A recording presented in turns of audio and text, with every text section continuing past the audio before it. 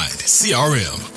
It is more than just a CRM. It is a real estate and business mastermind that comes with an all-in-one CRM. You can have unlimited websites and users. You can call, text, RVM, and email all in one user interface. And you can set up custom automations for any type and multiple businesses. 65% of companies start using a CRM system within the first 5 years of business. Once implemented, the Hive Mind will save you on marketing, give you more time, and make more money.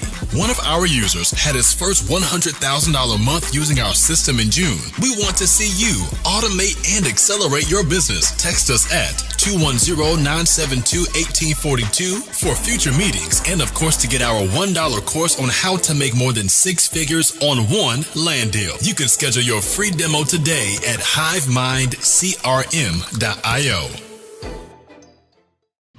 Hey, welcome to today's show. The music cut off soon. I guess we got to fix that. It's kind of funny. This is the first time I used it. Usually use the other one, but Anthony does not like that other sound. So I changed it, and that was the first time we ran it. So it's kind of interesting seeing how I like it. I like it a lot better. You like it a lot better? Okay. So today we have a special guest, Mr. Max Jimenez. I'm not going to really do a big intro on him, but his name carries its own weight. So I have my Mr. Anthony and Mr. Max Jimenez here today. We're here live. If you have any questions, please put it in the chat. We're here on a lot of different channels, so if you guys have any questions, put it here. We're gonna have a great conversation today. Awesome. This is really interesting. I met Max 3 years ago. It's been crazy. Yeah. What up, fellas? Thank you for having me on, man. I really appreciate it. Anthony, thank you. Daniel, thank you. It's a pleasure to be on here. I know Daniel's been chasing me down a little bit, not literally, right, but trying to get me on the show, and we're all super busy. And yeah, no, Daniel, you're right. I think we've known each other for a couple years now, so I really appreciate you for inviting me and having me on the show. Thank you. Yeah, let me tell you how I did the invite. I've been watching you on YouTube, man. I'm like, man, this guy knows his shit. So I'm just driving around, listening to your calls and all that stuff, and then I immediately recognized you at the wholesaling live with HBHS. I saw him in the bathroom, and I'm like, dude, we got to get you on a podcast. He's like, is Daniel here? Yeah, let's go get him. So, man, it was pretty cool. It was kind of awkward, but like, man, I had to jump on that. It happened though, bro. We were talking about that backstage, right? Do whatever it takes. People, if you want to do something, you'll find a way. If not, you'll find an excuse. That's Jim Rome right there for you, by the way. No, man. Yeah, long time coming, man. We appreciate you being on here. I'm really excited about today. Nice. Thank you, guys. Thank you. One of the craziest things I always like asking, because it's different. It's a different answer for every person. But like, how did you end up in real estate? Because a lot of people, like, some people like fall into it. Some people like, oh, it was the only thing I had to do. And like what's your story of how you got into real estate? Because I know for you, interesting, because you were like a mechanic, right? I was in construction. Yeah, construction. Dude, me too. Yeah. Where are you? Okay, yeah. So I worked as a commercial. We commercial construction, which was the trade was doing plumbing, right? And it was, what was crazy is it was, I've always loved sales and I always love entrepreneurship. And I've shared this story with a lot of people, and they relate sometimes to it, because there's sometimes when you don't have a vehicle, so you don't know what to do, right? You're like, man, I have this drive, I have this passion to do something, I have this passion to own my own business, and I'm good at, at sales. So and so what happens, I came to a point where I didn't know what to do. My stepdad had been doing it for a very long time. So I just said, you know what, let me go take this job to pay the bills, right? And to to pass some time. Well, that turned into 6 years, 5.5 years or whatever. It was like 5 to 6 years, right? That let me go get this job to pay my bills turned about 5 years. And right before I got that job is a friend of mine was already involved in real estate, but I didn't know, like, I just knew it was awesome because it gave him the what is it called? The freedom. Like, the guy didn't work for anybody, and, he obviously did what he wanted, traveled, and he was doing a lot of flips. He was doing some big luxurious flips in the office that I was working in. So that always intrigued me. I just thought, just like everybody else thinks, like, we don't know what we don't know, which I need to have the money. I need to have the relationships. I don't know these people. I don't have the money to be doing this, but it always intrigued me. And so this was like around, I want to say, when I went and got that job, because I didn't know what to do anymore. At that time, I was actually selling credit repair. This was the time of the boom, like when people were getting qualified for houses they shouldn't have never gotten qualified, right? So I would go to mortgage companies, and I would do presentations, how we can help their clients remove negative stuff off their off their files and stuff. So then that obviously that crashed. Then I did a couple other gigs, and then I finally said I don't know what to do anymore. So let me go work here for a little while. But that was around between like 2009, 2010, and then in about 2014, that's when the market started to spike up. I don't know if you guys remember that.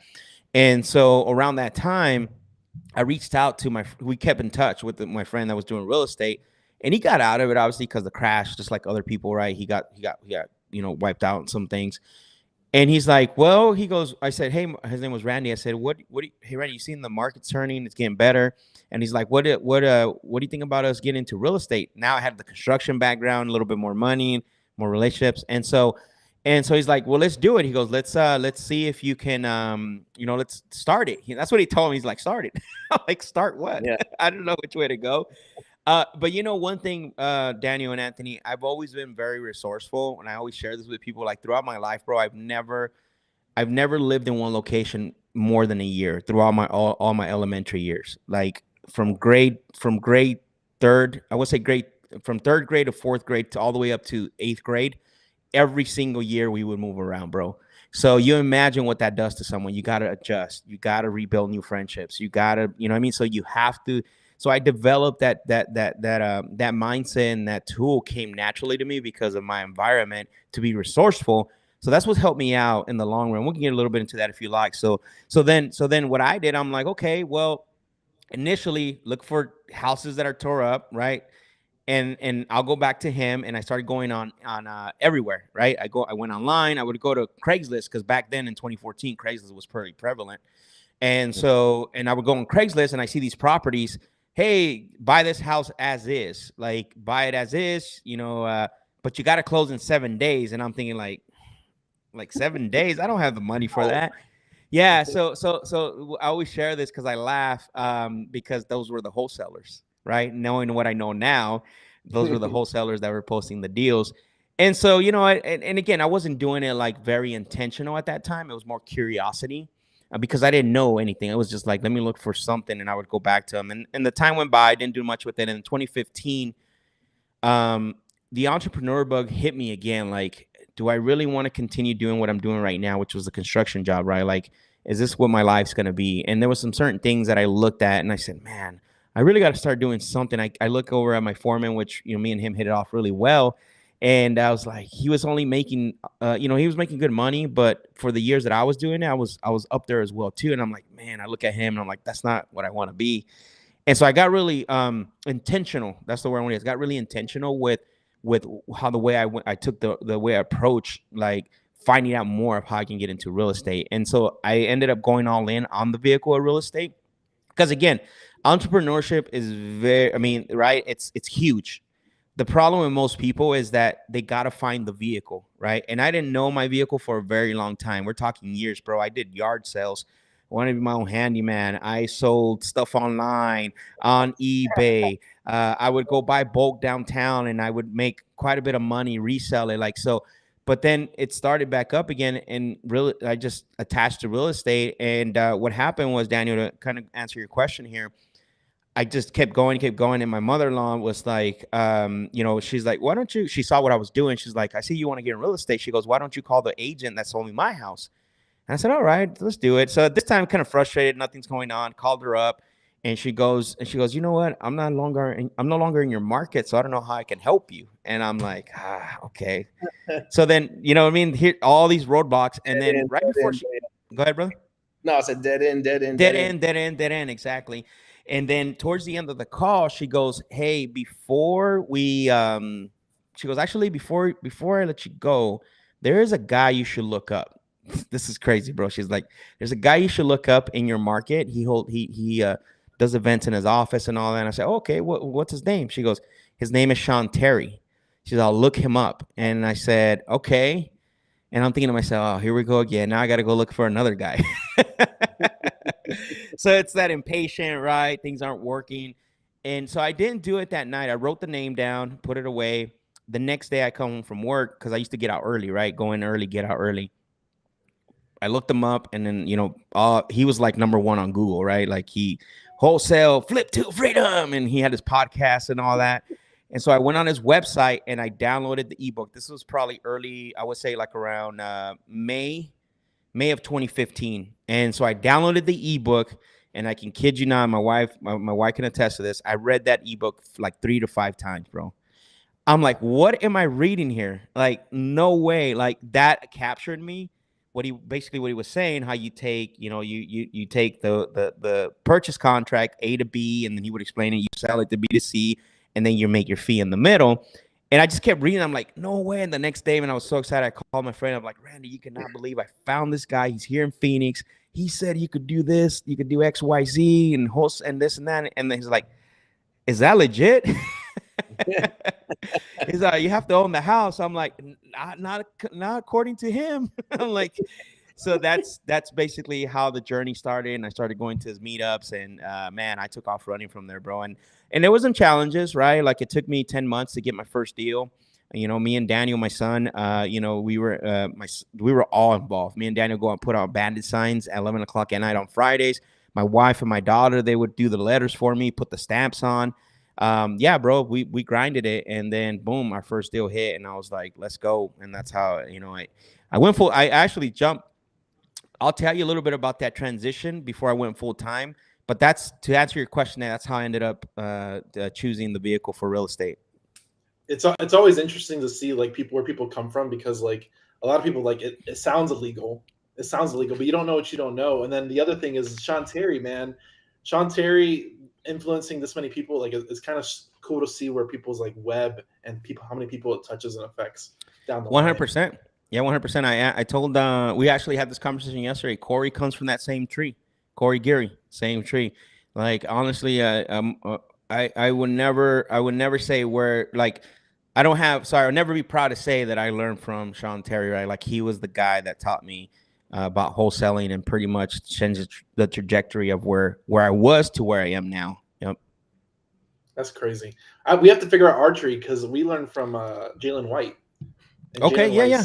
He came from Sean Terry too. Oh, okay, really?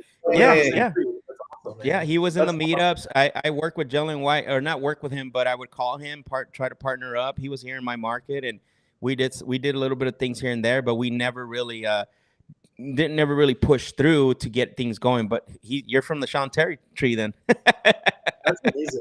I didn't even know that. That's crazy. Yeah. He learned from Sean Terry. He was actually he's actually, if you go to Sean Terry's podcast like years ago, like 2018 maybe, he's on there. 18-year-old or 19-year-old kid makes 20 grand in the first check or something like that. So those ripples go far, man. I think that's something that we pay attention to as well. It's like, if we have this information, you should spread it, right? Because, I see people maybe that I went to high school with on Facebook and stuff, and maybe they're not doing so hot. So I'm like, if you have this information, it's powerful information, like we should, push it out into the environment and see who grasps onto it. I feel like personally responsible. Like, you need to tell somebody. You know what's crazy, Anthony, about that is I was at an event in wholesaling. I don't know if you remember that, Daniel, back in 2019 in Houston. And I met this guy, Phil, and he was out of Pennsylvania, and the guy was low key, but he was pretty legit, right? And I met him, and later on, I met him at Collective Genius. I didn't know how legit this guy was. I was like, first met him, and so he's like, bro, I follow you on Instagram, and I see the things you're doing. He goes, I also follow Sean Terry, which is crazy, right? We keep talking about this. And I said, so what's your Instagram? And so he gave me his Instagram, bro, and I went, and he had nothing on there. And I said, you're doing all this, and this is your Instagram. This was back in 2019. And he goes, yeah, Max. He goes, I don't like all that stuff. He goes, I don't like the IG and all this. And I said, let me tell you something. He goes, what's that, Max? He was like, where'd you learn from? And then he tells me who he learns from. And were you inspired when you found them? Like, were you following them? So he's like, yeah, man, that's how I was learned. He goes, well, why don't you be that person for the next person coming behind you?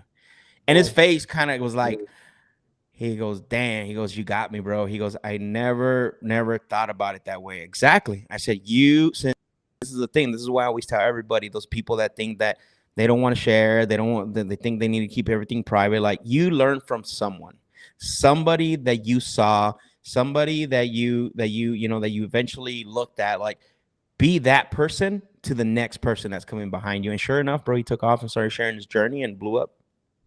Dude, that's amazing, man. I love spreading that spark.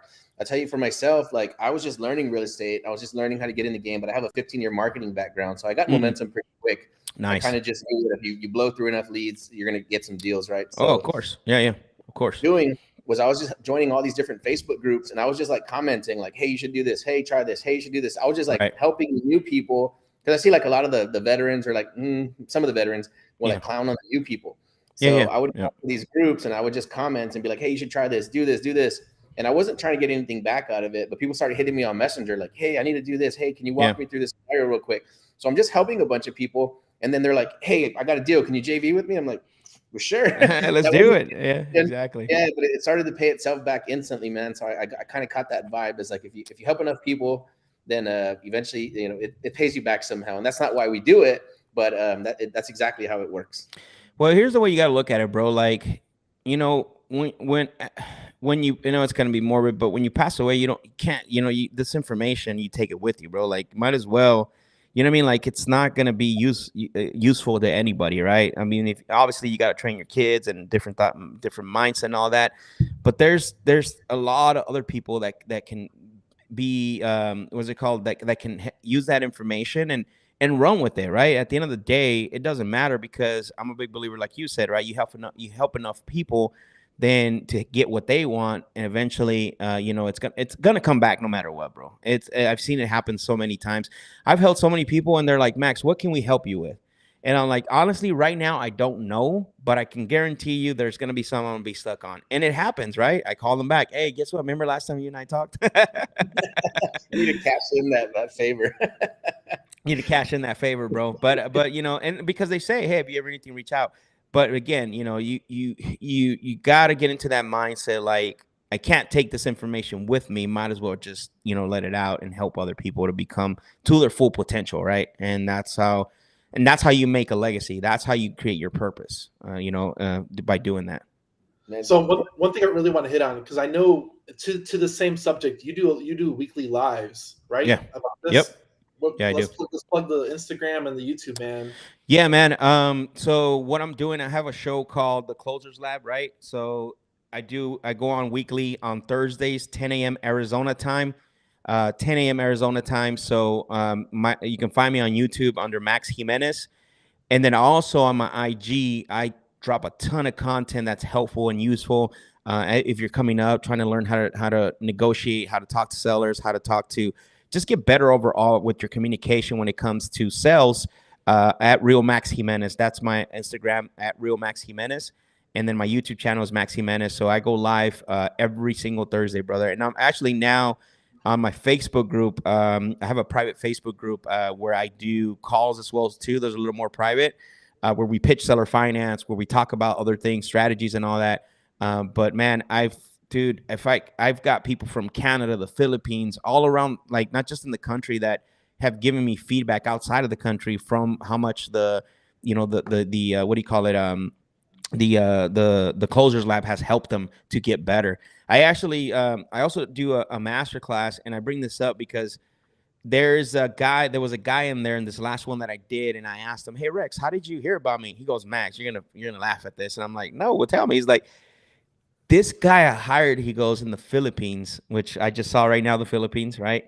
He goes, "This guy that I hired in the Philippines to do some calls for me, he actually brought you up." And I'm like, "What? Wait a minute." He's like, "Yeah." He goes, "Dude, do you know Max Jimenez, like on the Closers Lab?" And he's like, "No, who is that?" He goes, "You got to watch this guy. He comes on live every Thursday. He does the calls. He tells you how to talk to sellers. Dude, I've been watching him," he goes, "for the past 3 months, and you got to go." And that's how he found out. I was like, wow, that's amazing, bro. How much of an impact, the stories don't stop there, bro. They just continue, keep going. I had 2 guys from Canada, a couple, and right now we're obviously training some people from Venezuela. So, dude, it's amazing, bro. It's crazy. Are you, Daniel mentioned something about the Venezuela team. Is that going to be something you're going to offer to the public, or is that just for your company in-house? No, we are. So it's going to be rolling out. It's called the Closer System. I train them personally twice a week. That's not going to change because they're going to, so I started training them in the beginning of August. just to prep them and get them all into shape. And then for the month of December, they ended up locking up 11 contracts. So yeah, bro, it was crazy, amazing. One thing you have to remember about virtual team members, right? Whether they're in Mexico, whether they're in Venezuela, whether they're in the Philippines, wherever they are, Egypt. So what happens, bro, is that they're not afraid to have that conversation, that difficult conversation, where people here in the States, they get all wrapped up and have that mindset of, I can't ask the seller for a discount or I can't negotiate. For them, it's like, you know what I mean? Pretty firm conversation. I'm sorry? It's part of the process. It's part of the process. Exactly, brother. It's part of the process. So I love that because I can work with that. Like, and especially my style and the way that I train them, like, this is what you got to ask. Here's how you're going to ask it. And you got to call that out. And they're not afraid to do that, right? They don't have any preconceived notion that basically stops them from like delivering what I just told them to deliver. I actually, it's funny because I laugh sometimes, like when I'm training them, like, okay, here's what you're going to go say. And they'll send me the recording. I'm like, yeah, that's verbatim. I'm like, they didn't deviate from it. Yeah, but no, bro, it's amazing. Like the virtual team is starting to crush it. We're just getting started, bro. So I really want to say something to this because I'm big. I love Twitter because it gives me like I always get a bunch of business stuff. Right. And this was tweeted out this morning. It says someone with half your IQ is making 10x as you because you aren't smart enough to doubt themselves. Woo! Let's go, baby. And I'm like, this dang, conversation right there, because a lot of people like they doubt themselves, like, oh, a seller's not going to do that, a seller's not going to do that, and the virtual assistant's like, yeah, I'm going to ask him anyway. It's part of the system. That's crazy, bro. That's amazing. But yeah, we're going to that's rolling out. Our landing page should actually come out today or tomorrow, and then we're going to start providing that service. I'm actually training a couple of them to be coaches as well too. So some of them are advancing pretty quick, and so man, it's going to be incredible. We're about to put a day in this industry what we're doing, bro. I'm super excited about it. Do you have a link for that yet? Not yet, bro. I know you guys are asking me for all these links. So, but you can text. But here's the thing. Here's the beautiful thing. My buddy Daniel, before we got on, he says, Max, what are you doing? Slap me in the head. And he says, we're going to create this for you. So if you are interested in one of our closer system, text the word closers to 210-972-1842. The word closers to 210-972-1842. And what I'll do is just send you the information on and send you the link for it. So that way you can start working on your closer system. So and get you guys some deals, bro. Let's go. Hey, Max, can we touch on this real quick before we bounce to another subject? Yeah. Can we talk about like the progression of somebody's real estate career, right? So I feel like a lot of agents, like they're not exactly marketing focused, right? Like investors are, because we're taught that way. Yeah. So can you talk about the progression of like when you're like a one-man army and you're trying to do everything, make all the calls, send all the text messages, do all that stuff, to actually hiring a virtual team member and how that affects your business and when it's time to do so as well? Should you do it right from the beginning, or should you already be, closing deals, or how does it, when should somebody engage? After 4.5, almost 5 years of building teams, myself as well, doing a lot of stuff on my own, there is such a thing of hiring too fast and hiring too slow, right? So there's a balance in between. So how do you balance that? When you're first starting out, obviously you got to generate your own activity, because you either have capital, if you don't have capital, then you got to invest time capital, right? You have capital, which is money, time capital, which is going to require your participation always. And so what happens is that, let's take SMS and cold calling, for example, because maybe you're not in a position to do PPC or anything inbound. So you're going to have to be the one that's going to be cold calling, generating the activity. You're going to have to do the follow-up, and you're going to have to go to the sales appointments, right? Whether it's on the phone or whether it's in person. When is it time to hire? When can you look at where you're at and say, okay, I think it's time to hire? For me personally, this is the way I would hire, and how I still hire even now, right? So if I'm doing the cold calling, I'm doing the follow-up, and I'm also doing the sales appointment, number one, what I got to look at is my cold calling, my prospecting starting to feel, what is it called? Is it starting to lack because I'm doing too many follow-ups and I'm going to too many sales appointments? And what's happening is, because I'm doing that, I'm not prospecting as much anymore, because I'm focusing now on following up with warm, hot leads and then I'm going to sales appointments where I'm potentially making offers. So if your prospecting is suffering, then it's time for you to hire a cold caller. It's time for you to hire a VA that cold calls. I don't know why people try to hire acquisitions managers first. I think that's an absolute mistake if you don't even know how to do it, right? So then what's the progression, right? You asked me that. The next phase is, okay, now I got a cold caller. They're doing all the prospecting for me. They're sending everything, right? They're sending me, and I always use the baseball analogy. I'll tell you right now. They're now generating activities for me. I'm getting 2 to 5 leads per day now, right? For my cold caller. Now I'm following up, and all I'm doing is I'm focusing on high-level negotiation calls, right? Now what happens is that now you're going to start setting yourself up with appointments and high negotiation calls. If your follow-up is basically again, remember what we said earlier about prospecting? If your follow-up is suffering, right? Because you're going to appointments that are where you're negotiating, making offers, writing contracts, and then you got to go back to follow-up, and you got this big list, but yet you have more appointments to go to. Now it's time to hire a lead manager, right? Mm-hmm. So you got the cold caller. Dude, I can't tell you enough how much a lead manager changes your business. Because here's why, my baseball analogy, okay? Cold callers will send in everything, right? Those are your on the ground balls, high ball, corner, sliders, right? And you're swinging at everything that's coming in. When you hire a lead manager, what happens is now you're gonna just swing at fastballs down the middle. Do people still strike out with fastballs down the middle? Absolutely.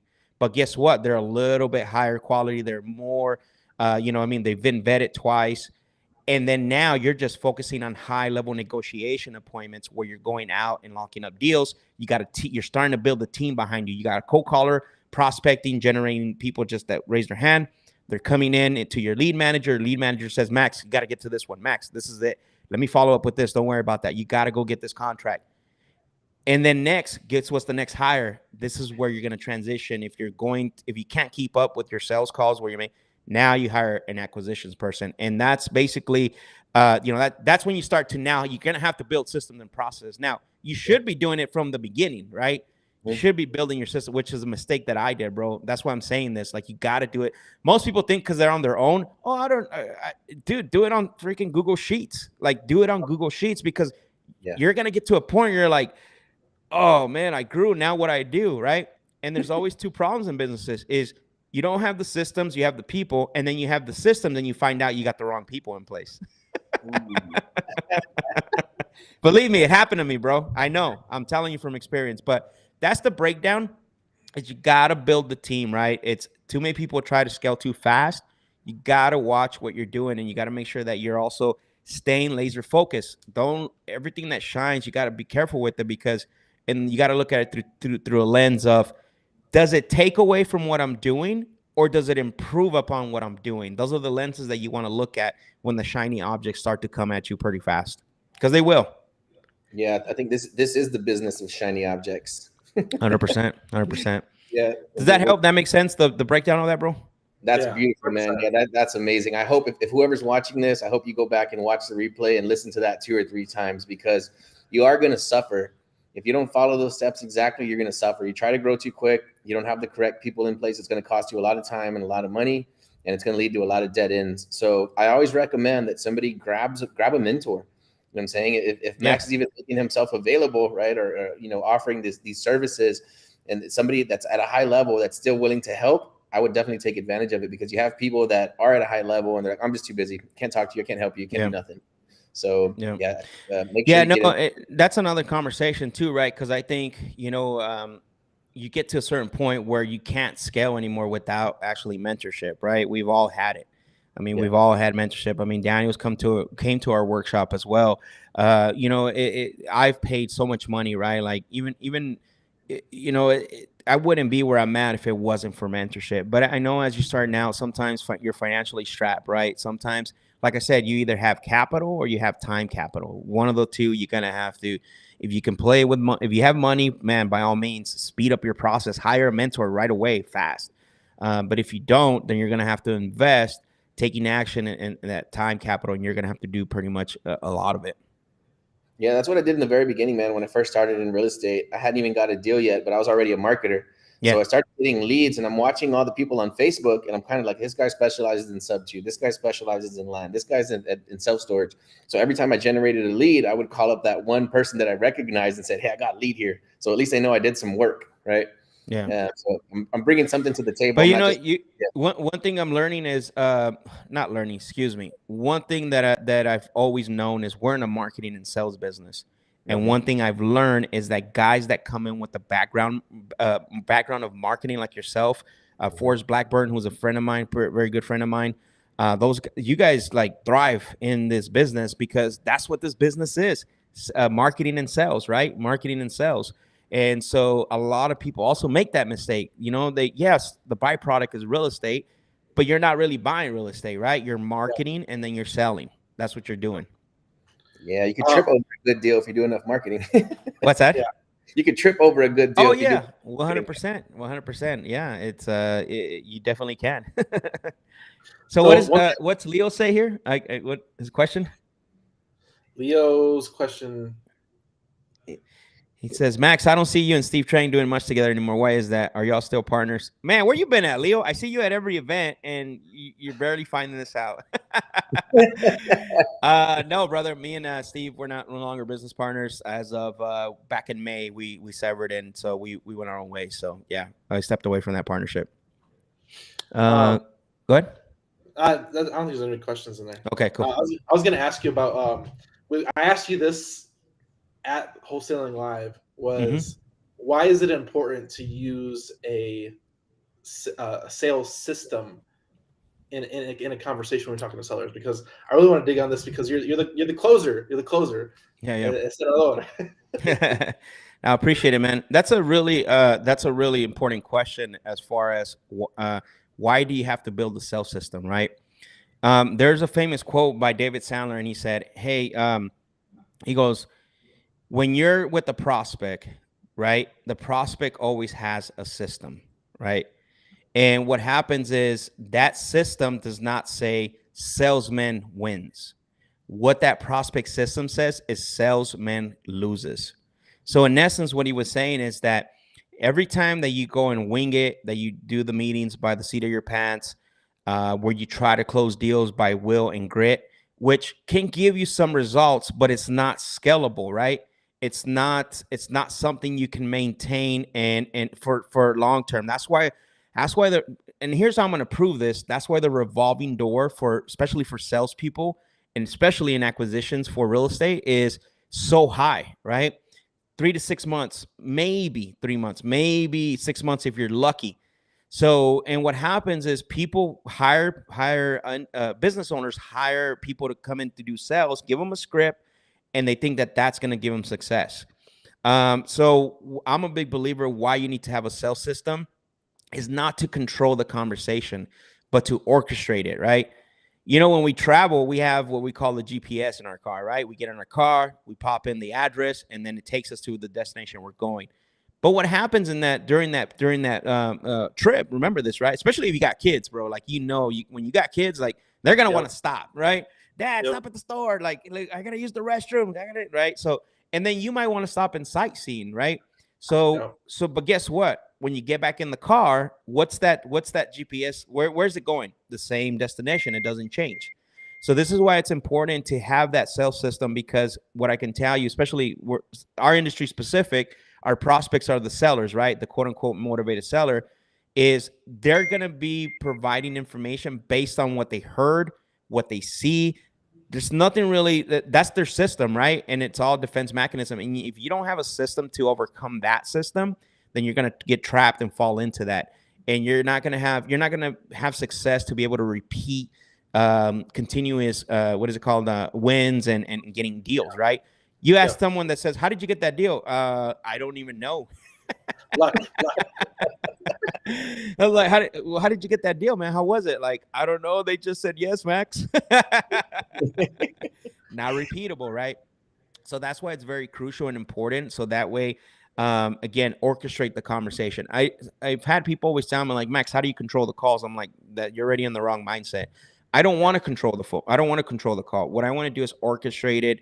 So that way, when I'm doing the calls, I want to get them to I already know my destination, right? I already know where I want to go. And again, it comes from experience, right? Based on what the prospect tells me, because I have a system that I can put them through. Okay, is this prospect engaged? Is this prospect answering questions? The statements that this prospect is making sounds more like they're just looking for a number. What this prospect just told me, I'm not going to continue the call. I'm ending the call right now. Why am I able to do that? Because I have a system that tells me what I need to look for. Yeah, I love the sales system because it's a way to get repeatable results. And there you go. Rinse and repeat. Exactly. It's so crazy. It doesn't even make sense at some points, but it's like you want to get repeatable results. You got to put somebody through the same process and get similar results that we can create a process around. Yeah, exactly, man. One thing I really want to talk about that I learned through you guys was not making an offer. That's tough, huh? I want to talk about this because a lot of people some people should I make an offer? Should I make an offer? Am I shooting in the dark? And I like hearing your position on this, and I want to have this conversation about why or why not to make an offer, and when do you make an offer at that point? I gotta hear this because as a rule of thumb, it's always always make the offer. Yeah, no. Look, I get it, man. Like, there's been successful businesses where they have, where they have the key performance indicator of making 25 offers a day, right? 30 offers a day. My problem with that is going back to what I said earlier, is that the reason why I don't follow that key performance indicator, I'm more about conversations, right? Because the conversation is going to allow me to find out if this person deserves an offer. That's more what I like to hit on. That's my high level is. In a conversation for me is I'm uncovering motive, I'm uncovering timeline, right? And then I'm discovering if anyone else is involved. And then potentially once I have those three things, I'm going to make that offer. But going back to what I was saying about having the key performance indicators of making X amount of offers per day, I don't think it does anything good for anyone, but besides probably bring you down. Because like, dang, I made 60 offers today and I haven't gotten anything. Right? Like, what am I doing here? And that's the problem that I have. That's the only aspect I have it. Now, if you're spending $100K in marketing, and that's fine. But let's be honest, a lot of us on this call right here don't spend $100,000 in marketing. We got to look at every single lead. This is why I don't like the key performance indicator making offers. Every single lead, we got to treat it with gold, right? Because we don't have, a lot of us that are on here don't have that high marketing, spend of 50 to 100,000 where we can, here's, you'll like this. When you do the offer thing, it's like, Anthony, is it's like a slot machine, bro. You put the coin in. Okay, Mr. Seller, you get an offer. Oh, never mind. All right, now you offer. So we don't treat it as a business, bro. We're looking at it as a rush, like a slot machine, right? Now, when it comes to making the offer, I got to have those three things, right? Sometimes those sellers, I'm not gonna saying that I don't ever give a number. That's not what I'm here saying. I just don't make it a habit to say, okay, well, I'm gonna offer you this, or whatever. Some sellers will put you in a position where they won't continue the call, right, without knowing what you can pay. And there's different spots where that would happen. A lot of times it happens in the beginning. Hey, all I wanted to know is how much you would pay. That's all I want to know. I don't want to, you guys have called me, you call me. I want to know how much you pay. Always acknowledge what the prospect gives you, right? So one thing I always say in that aspect is like, look, that's fair, Anthony. I get it. Yeah, exactly right. That's what we call. We're looking to buy that property. What I can tell you though, however, is I've never been able to buy a property without asking a few questions. Mm-hmm. Do you mind if I do that? Mm-hmm. Right. And now their mind's kind of thinking here, right? Like, and here's that question that's going to give me two results. Number one, heck no, you tell me your number. All right, perfect. We're done here. That's not my business. Right. Or number two, they're going to say, that makes sense. So what do you need to know? Okay, perfect. I appreciate that. Do you have like 5 to 10 minutes so I can tell you exactly what I need to ask? Getting that advance agreement for them to speak to me. Right. That's the first spot. Most people come out with like, I call it the shotgun approach, right? Make me an offer right now. Boom. Right. They hit you like real fast. Like, what do you do? Like, again, if you don't have a system, right, Daniel? We talked about that earlier. If you don't have a system, you're going to probably give them an offer. Oh, hold on, Mr. Seller, let me comp. Right? You start comping the property, and then you say, well, it looks like we can pay between. Okay, perfect. I'll call you tomorrow. I'm not sure if I like that. So who benefited from that? You or the seller? seller. right? Yep. The seller. And now you're like, dang, I did all this work and all this. This is why I have a saying is don't make a move without a commitment. I didn't create that, but I love saying that. Don't make a move without a commitment. Anytime the seller requests for something, I acknowledge it. I'll say I'll get there and I'm going to do it for you, but here's what I need first. So I give them their ask, and then I go to my ask. Now, if we get down in the conversation where we're talking now, I know I'm uncovering a little bit of motive. I know what they want. I know the situation. I know it's affecting them personally. I know that they need to get this done quick, but now they don't know how much they want to get. There's a couple of strategies that you can use, which my favorite strategy is always negotiating from what they owe or what their bottom number is. I don't know why our industry always negotiate. Well, let me see what your property's worth, and then I can tell you how much I can pay. I don't know why we do that. And it's always been, that's how we've been able to get some of the biggest spreads. We've had $300,000, $400,000, $500,000 months, up to $1 million months. We've never were a volume company. We were always about profit. And so the way we did that was to negotiate from what was owed, right? So let's say now, Anthony, I got you pretty much, and now we're getting into the price, right? Like if I ask you, hey, there's typically, Anthony, 3 things that will stop us from working together. Number 1 is time. Number 2 is price. And number 3 is other people. 9 out of 10 times they're going to say price. And we're going to say, all right, perfect. Let's talk about that. Just out of curiosity, Anthony, I'm assuming this property's paid off. You don't owe anything on it. I'm Correct. starting right there, bro. I'm not going to what it's owed. Probably 7 out of 10 people are going to say, no, Max, I have a mortgage on this. Okay, got it. So we know we got to take care of that mortgage. I can't make you an offer lower than that. Just off the record ballpark, how much is that mortgage that you need to pay? Well, I don't want to tell you that. Well, and he goes, why are you asking that? Or why is that information relevant? I get it, Anthony. You don't want to give me that information. I just don't want to be embarrassed and make you an offer below that because you're going to hang up on me. Just ballpark. You don't got to be exact. Dang, right? That's so, good, man. Yeah, so now you're going to say, all right, Max, I owe about $100,000. Perfect. Okay. So we know we got to give the bank $100,000. The bank's not going to be like, hey, go ahead and keep that. You and I know that. And just we got to pay the bank $100,000. What is that next big thing you're going to write a check to? What's that amount? I mean, what else do you have to pay off? Now we're finding out if they owe cars, credit cards. So let's say they have a car. We got $100,000 in mortgage. You tell me I got to I got to pay off my car. Okay, just ballpark. What is the car? What do you owe on the car? $25,000. So now we got $125,000. If there's nothing else besides that, then my next question is going to be this: okay, Anthony. So we know we got to pay. You got $100,000 on mortgage. You got the $25,000 that you want to pay your car off. What do you need on top of that to make you feel comfortable selling the property? We're negotiating from what is owed and what you want to walk away with.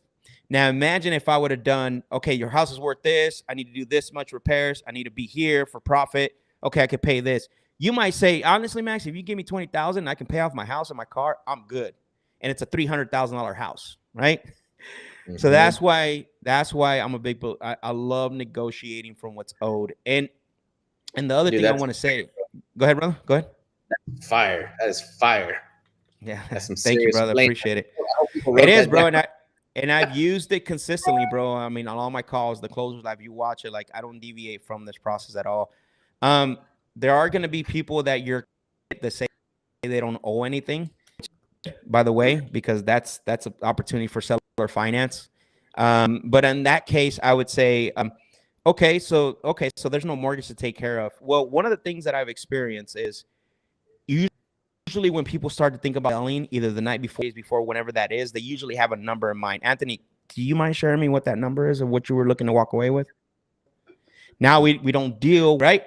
Now we're going to find that out. Again, I want to find your bottom number, bro. Like that's my goal, not what you think your house is worth. So Carter said, loving this. Yeah, if you do it the opposite way, if you say, okay, the house is worth 300, but it needs 50 in repairs and all, and you're working down, they already heard 300, so their brain's already up here. But the way you're doing set that it, high number. Yeah, what do you need to walk away with? You start from the bottom, and so they switching up. Because here's the thing, bro. Here's why I do it this way. Is we do this depending on your marketing, depending on your business, 2, 3, 4, 10, 15 times a month. Sellers do this once or twice in their life. Think about that. Wow. So what happens is that the number they think that they want is not really the number that they need. That makes sense? The number they think that they want is usually a smoke and mirrors, a defense mechanism, because you're coming in as, a person, somebody experienced, right? Someone that does this. They're over here on their own, right? Like this is the house they lived in for 15, 20 years. Guys, I don't know why people have a hard time to kind of grasping that, right? Like that's why people don't realize what they want is not really that number. It's what they actually need to walk away with, right? Now, can those numbers be equal? Yeah, of course, right? Maybe they have a high mortgage and, they have stuff to pay, and you're going to be at that number, right? You're going to be at that number that they're requesting. Third thing on this will be the last thing for the offer, is if someone says, I don't know, you make me an offer, right? Like, what do you think you can pay for this property? So what I'll do then is I'll have my MAO, which is the max allowable offer, right? If I know my max allowable offer is going to be $200,000, here's the way I'm going to anchor them. If they absolutely need to get a number from me, I'm going to say, you know what, Anthony? Well, let's pretend this. I'm not saying I can, but let's pretend if someone was to make you an offer between 175 to 185, what would happen next if it was net to you, no money out of pocket? I know my MAO is 200. I'm going to go lower than that. I'm going to anchor it between 175 to 185, right? That's how I'm making the offer. I never give sellers a hard offer. I always try to figure out what their number, because guess what? They're going to feel like they made the decision. They came up with the number. And that's how I'm able to get around people who actually want an offer from me, is if I know my MAO is 200,000, I'm going to go down 20 to 25. And if, let's pretend they say, well, I can't do 175, but if you gave me 190, I mean, I would sell to you, right? Now I'm $10,000 lower than what my MAO initially would be.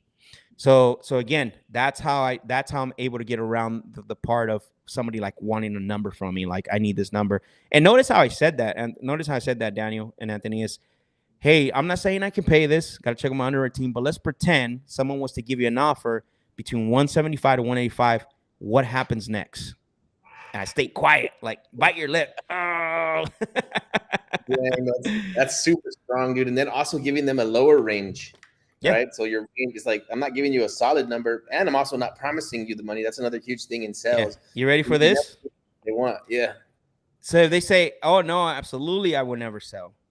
So what were you hoping I would say, right? So that's going to now give me their number of what they were thinking. Yeah, like, oh, absolutely. I'm not saying I could pay that. So, but just out of curiosity, what were you hoping to get for it? Well, one of the coolest things I love about this sales strategy, and like I said, I told Anthony about this when I first went through it, was that you always blame the imaginary person next door, or the imaginary person that's always like, oh, the guy down the street, he'd probably give you 150.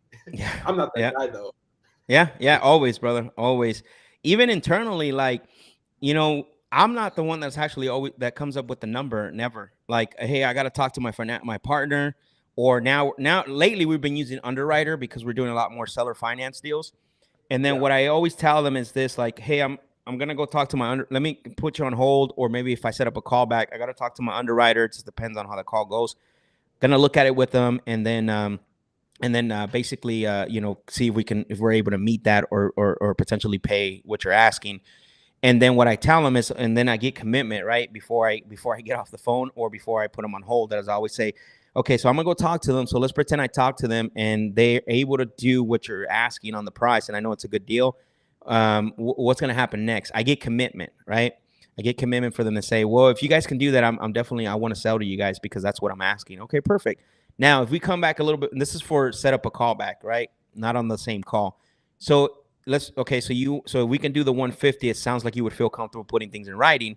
And they're like, yeah, that's okay, perfect. Now we have an understanding. I just want to make sure we all understand what's going to happen on this next phone call. However, Anthony, if he comes back under 150, any offer under 150, I don't give him a number. Notice that. If my underwriter team says we can't do the 150 and they have another number in mind, would you like me to call you back?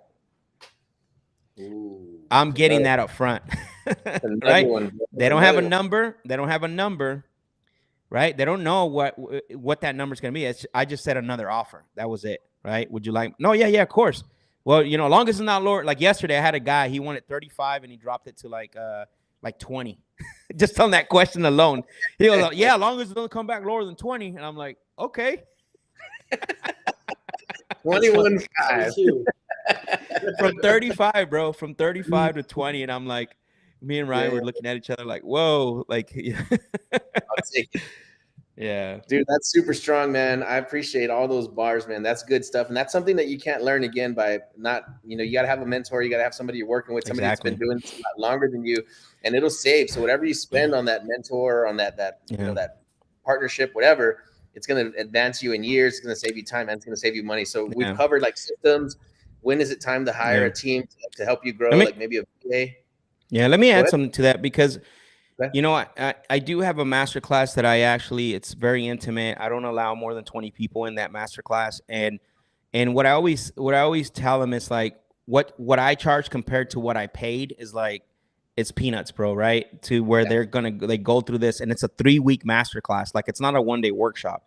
It's a 3-week masterclass where they get to basically get to see the whole system.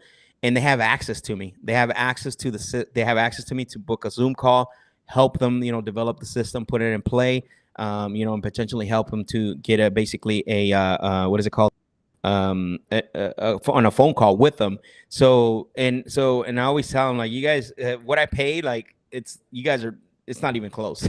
Like, we're talking about 20-30x of what I charge, right? For plus all your experience that you built on top of plus the experience. Exactly. So Leo what does Leo say? How much, Mac? It's $11.99 for 3 weeks. Yeah. So it's not that high. So, and then you get to spend 3 weeks with me. Obviously it's not the full 3 weeks every day, but it's every Wednesday. So basically, like, the next one is October 26th, and we spend about 2.5 hours. We almost go 3 hours.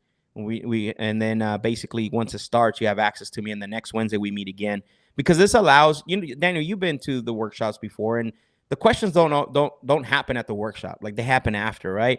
And so I figured, like, that was one thing I wanted to correct is I wanted to make sure that I'm there with you to ask questions, to ask basically anything that you need help with. Plus, I revamped my script. Our script is like 5 pages long now, Daniel. Mine, anyways. My script, yeah, bro. So it breaks everything I just told you guys right now is in that script, the one I provide. Yeah. Again, guys, if you're watching this, just for him even offering to help and to give up some of his time, his time given doesn't compensate the amount of money that you're paying.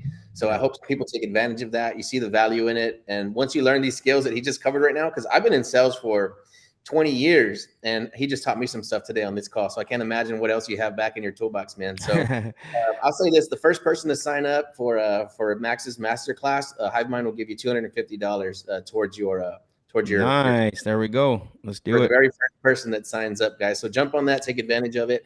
And then I see we're getting pretty close to the time, man. We got about 8.5 minutes left. I wanted to ask you real quick now if we can get into maybe a little bit more kind of advanced real estate investors. Mm-hmm. What are you doing now to navigate the coming storm, right? Because everybody's like, buy, save your money, get ready to buy. So tell us how you're pivoting into the storm. Yeah, we're in a unique position right now, right? I think, one thing, I went to an event, I want to say 3 weeks ago, and in this specific event, what happened is they had it before, a couple months before, right before the market started to shift. And I spoke on that event. They gave me I wasn't going to speak, and they gave me 5 minutes. And I just said, hey, how many of us understand, or how many of us know that there's something going on in the market, right? Bro, there's 600 people there, and only 8 people raised their hand. Oh, no. And I said, yeah, exactly. Yeah, there you go. See, and I said, wow. I had the microphone wow, 8 people only raised their hand. That's literally what I said, bro. And I said, you guys got to be kidding me. I said, everybody in this room should raise their hand. Everyone. And I said, for you guys that didn't raise your hand, I'm going to tell you, if you don't pay attention, half of you are not going to be, or more, not going to be here anymore. And you're going to be working it back at your regular jobs. That's what I told them. But let me help you. Then I gave them some tips of how to help them. Fast forward to the same event, right? It always got filled up. This was probably 3 weeks ago, bro. It was literally empty, bro. He didn't have half the crowd that was there the last time. So going back to your point, we're in some interesting times, and there's two types of people right now in this market. They're the ones who came up in the prosperity time, which was right after COVID, Daniel, right? This is when the big boom, right? Everything blew up. And you had all these people, like the amount of agents that were registered skyrocketed, right? The amount of wholesalers that showed up on the scene and to meetups and all that skyrocketed but they never learned new skills. It was like you can throw a rock and you can definitely get a deal and you can sell it the same way. But that's changed, right? You can't do that anymore. Like, hey, just lock it up. We'll sell it to whoever. They'll buy it for 90% of ARV. So going back, isn't that crazy how the event story, like how that happened? Yeah. It shows that the times are changing, and like the agents and like mortgage brokers are all crying right now because like they can't do any deals, and they have to actually do marketing. Yeah, exactly. So we pivoted a long time ago, brother. We basically, what we started doing is we started helping other investors through. So basically, we started ramping up our JV nationwide JV partnerships. And so right now, I can tell you that was the first thing we did, right? So what we started doing is we're currently working right now with investors nationwide. So on a slow day, we're looking at about 3 to 5 deals. On a very busy day, we look at about 8 to 10 deals, right? So that was the first thing we did is we started collaborating more. That's the other thing, is that you have to collaborate a lot more in order to survive. Like guys with Leo, guys like you guys, like Daniel, Anthony, collaboration is key. It's always been key, but never more than right now. And the other thing too is that we've done this, but not to a scale where we're doing it now, is creative financing, right? Where seller finance. I think Rafael made a point there about seller financing. It's not longer that you must do it. You need to do it to survive. Like it needs to be in your arsenal. Seller financing, sub 2. It has, you got to be able to know how to, and again, you don't need to know everything. You just got to be coached by the right people, right? Because that's where right now, and why I said my point about we're in a unique situation. So, some of us that know and understand how we're shifting and pivoting, these times right here is where like the wealth transfer starts to happen, right? You've heard that talk, like you've heard people conversate on this. But if you don't know what to do, you're not going to be able to be part of that. So you need to develop new skills, such as, right, understanding seller finance, understanding subject to, understanding how to pivot. You're going to need to develop new skills, and that's how we've been able to pivot. Is first collaboration a lot higher, and then that's just on the outside. On the back end, I'm almost again with the VAs. I'm actually helping a couple guys like Stratton, Stratton Brown, Vic Areda. There's a couple of guys out there that I'm actually working with to help them with some of their leads as well too, to be able to negotiate. So that's, again, collaboration, right? Direct to seller stuff, not just joint venture. But the biggest pivot right now, what I'm seeing in order to survive this, is you have to be able to put creative finance into your arsenal.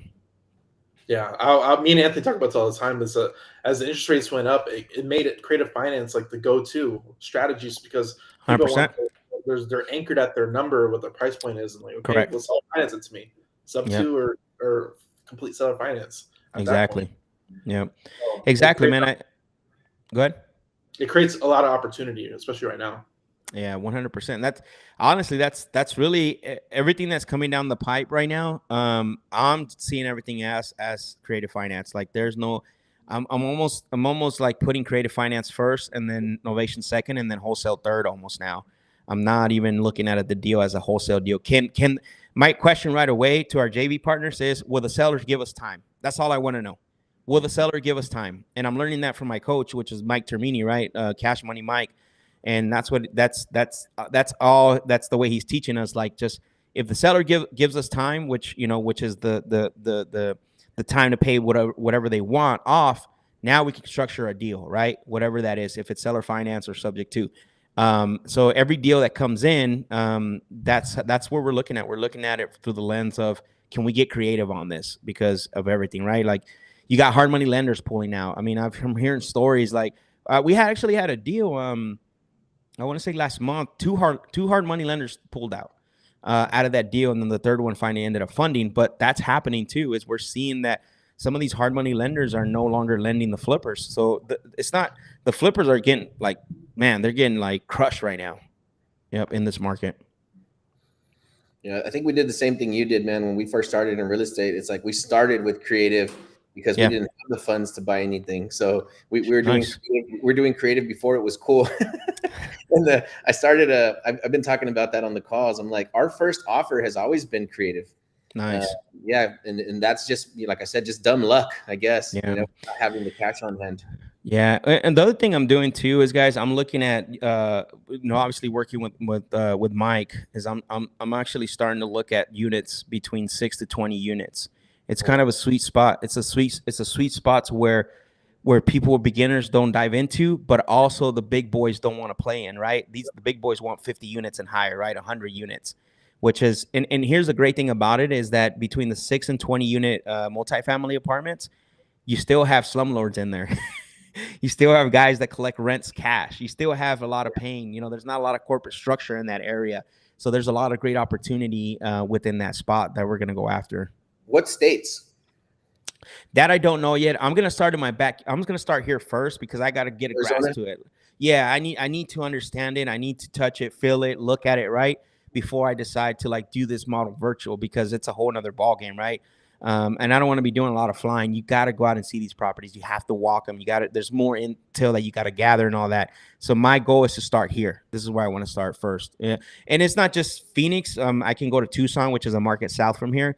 But definitely I want to focus on that because I think there's a huge opportunity right now for that, especially the way with seller finance and structure.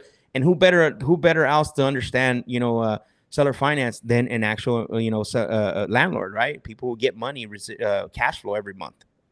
Yep. No, we're doing the same thing, man. Like, so we're doing a large scale farm and ranch property. So we only do land. We don't do any other asset class. Nice. And yeah, we're getting really, really good at Texas. We're locking up a lot of big contracts right around San Antonio. That's where I am.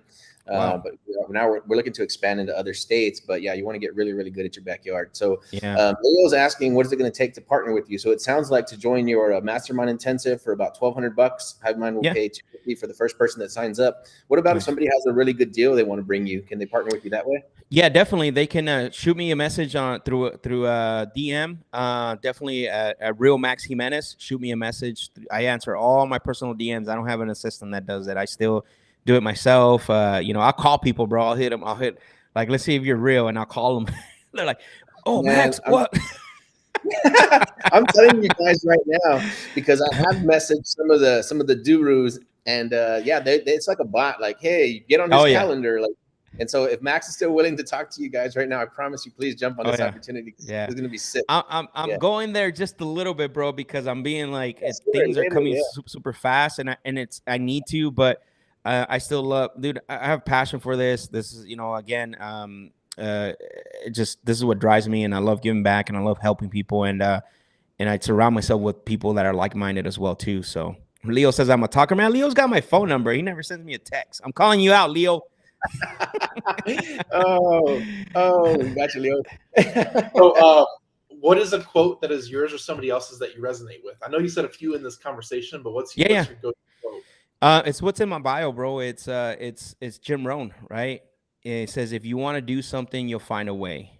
If you don't, you'll find an excuse. And I actually would put that on our onboarding docs right at the bottom. And obviously when I was in my previous partnership, he was like, dude, he would just nod his head like, I can't be. It's true. If you want to do something, you'll find a way. If you don't, you'll find an excuse, right? That's really what it comes down to. It's from Jim Rohn. Jim Rohn was, to this day, right? Obviously, he passed a while back, but he's definitely somebody that I consider a high level mentor for me. It's just, he's amazing, bro. Like some of the stuff it's very relatable even now, even though it was in the 80s and 70s. Very applicable, very relevant. Excuse me. Yeah, very relevant. And it's amazing. That quote always stood out to me just because of my background, who I was. I knew if I wanted to do something, I was going to do whatever it takes, right, to get it done. Even some things probably that put me in a risk a little bit, but I still did it, right? Which is the other thing is, that's always been my favorite quote from Jim Rohn is in that one. Said I have it in my bio. I put it on our onboarding docs. Says if you want to do something, you'll find a way. If you don't, you'll find an excuse for it, which is true. Dude, that is beautiful, man. I love that quote. That's my new favorite quote. I'm gonna get it tatted right here below both my eyes. No, you know what I hear joke. So I would say, like, I'm gonna get it tatted. So when I'm gonna show you where. So when someone comes in and starts like maybe making an excuse or something, I'll just go like this, bro. I'm gonna put it right here. Yeah. So they can't see my face. It's just gonna be like, okay, you read that? Yeah. Yeah, dude, that is dope. Yeah, because I feel like that too. Like we do help a lot of people. We train a lot of people. We have some paid training. We do a lot of free training, coaching for people. Right. And then you'll see the people that really want it. I mean, you'll see them. They're sending leads. They're putting in the work. You could feel it. You could feel the pressure. They're texting you, messaging you. Like that person is working. Where somebody else is like, oh, it's because I've been working a lot. And like, man, do the work or don't do the work. Don't be in the middle. That's funny, man. It's true though, man. It's true. Again, going back to originally talking about the VAs, the preconceived notions and the what's that other word that's used a lot right now is I like what is it called? That attitude of I deserve. What's that? Bias? No, not the bias, but that attitude like I deserve this. I don't need to work hard for it, right? Like they don't have that. That's what I'm saying. That's why they're getting entitlement. Yes, excuse me. That's the word I was looking for, and that's pretty prevalent right now going on. So that's the difference from somebody who has a position that they are actually grateful for, and they do it with pride, and they do it with with all effort up front. Dude, I just found out about you that you were in construction, and I grew up in construction. I did 20 years of construction. Like I can build a marble shower as big as a bedroom, and do the dry, nice, lay in the liner, tie in the drain, everything. And like I had to literally cut my hands and my knees to make $1,000, $2,000 in a week. And now what we're doing, pushing with paper. And so if somebody has excuses with this business, like, man, get out of here. Like go construction or something. You know what's funny about that is not only that, but I remember like from my teenage years to up to like 21 when I met my wife, 22, saved my life. I remember like, dude, all the stupid stuff I did, and I'm gonna be scared to make a phone call. Like, plus all the things that I've been through. Like, yeah, like this is not hard. And you're right. Like, waking up at 3:30 a.m. in summertime, right, to start work at 4:30 or 4 or 5 o'clock or whatever, right. And then, having to do that. And it's dude, try to be in a ditch when it's 115 degrees weather, right? Like that ain't fun, bro.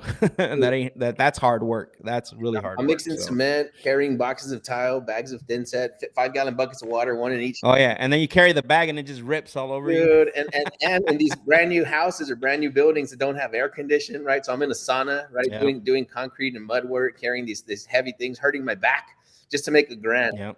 Right. So if you have excuses, bro. I know. You can't send text messages. You can't jump on a phone call. Like, get out of here. Yeah, you're done. Get out. Yeah, you don't have it. Yeah, you should you don't have it. Exactly.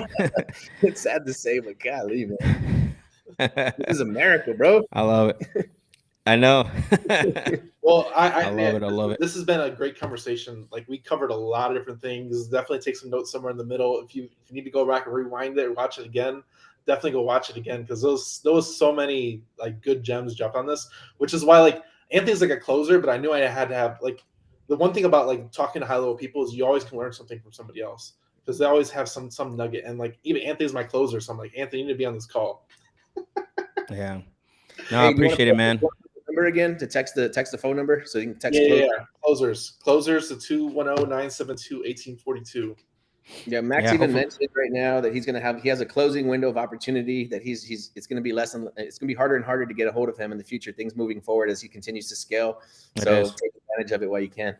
Yeah, no, 100%. I appreciate that, man. Thank you guys for everything you're doing. I love that. I love talking today to you guys. I think, it's always great to give back. And obviously, again, like I told you guys before we started, I don't hold anything back. I just love giving back. That's my drive. It's my passion. And I like to surround myself with people like that too.